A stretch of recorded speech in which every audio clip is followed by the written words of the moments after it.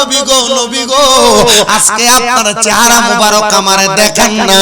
আমার নবী কয় মকবুল এখন থেকে তুমি পরিবারের মায়ায় থাকবা। ও মকবুল এখন তুমি তোমার পরিবারকে ভালোবাসবা, পরিবারকে মায়া করবা, পরিবারকে আদর যত্ন করবা। এরপর যে সময় পাইবা সেই সময় তুমি আমি নবীর উপর দুরূদ পড়বা।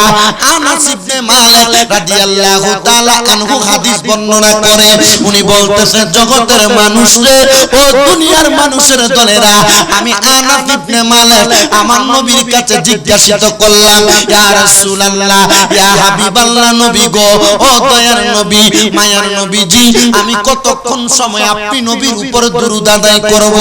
আমার নবীজিকে বললাম, ইয়া রাসূলুল্লাহ, আমি আমার সারাটা সময়কে দুইটা ভাগে বিভক্ত কইরা অর্ধেক সময় আপনার উপর দুরূদ পড়ব, অর্ধেক আমি দুনিয়াতে কাজকর্ম করব।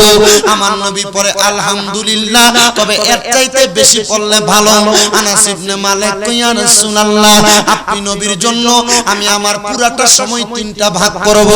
আমি তিনটা ভাগের দুই ভাগ আপনি নবীর উপর দুরূদ পড়ব, আরেক ভাগ দুনিয়ার কাজে কাটিয়ে দেব। আমার নবী বলে আলহামদুলিল্লাহ, এর চাইতে বেশি হলে ভালো। আনাস ইবনে মালিক কই, ইয়া রাসূলুল্লাহ, ও মায়ার নবী, আমি তাইলে চার ভাগ করব, এক ভাগ আপনি নবীর উপর, তিন ভাগ আপনি নবীর দুরূদ, আরেক ভাগ আমি দুনিয়াবি সময়ের জন্য। আমার নবী কয় আলহামদুলিল্লাহ, এর চাইতে বেশি বললে ভালো। হাদিসের বর্ণনাকারী বর্ণনা করে বলে, আনাস ইবনে মালিক পরবর্তী উত্তর দেয়, ইয়া রাসূলুল্লাহ, যদি পুরা সময় আপনি নবীর উপর দুরূদ পড়লে ভালো হয়, আমি আমার জীবনটা সর্বসময় আপনি নবীর উপর দুরূদ পড়ে কাটিয়ে দেব।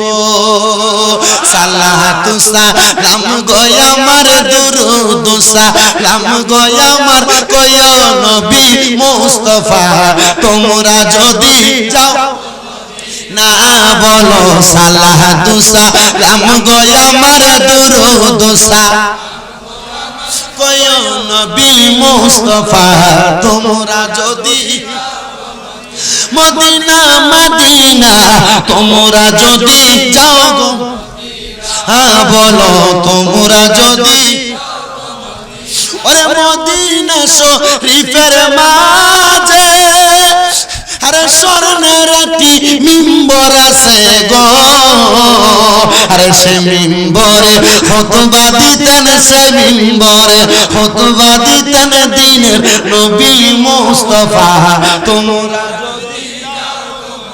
সালাতু সালাম গো আমার দুরূদ সালাম কয় নবী মুস্তাফা।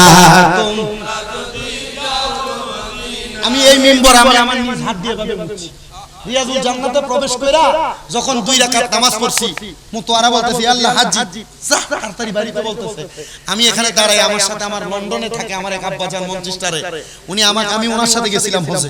তো উমরাতে যাওয়ার পর আমার আব্বাজান উনি পুলিশের সাথে কথা বলে, আমি মিম্বর এবং একটা পিলার আছে, এই পিলারের মাঝখানে ঢুকে গেছি।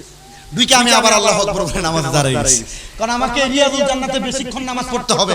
কেন পড়তে হবে? আমি বেশিক্ষণ নামাজ পড়তে পারলে, কারণ আমার নবীজি বলছেন মা বাইনা বাইতি মিম্বারি রাউযাতুম মিন রিয়াদিল জান্নাহ,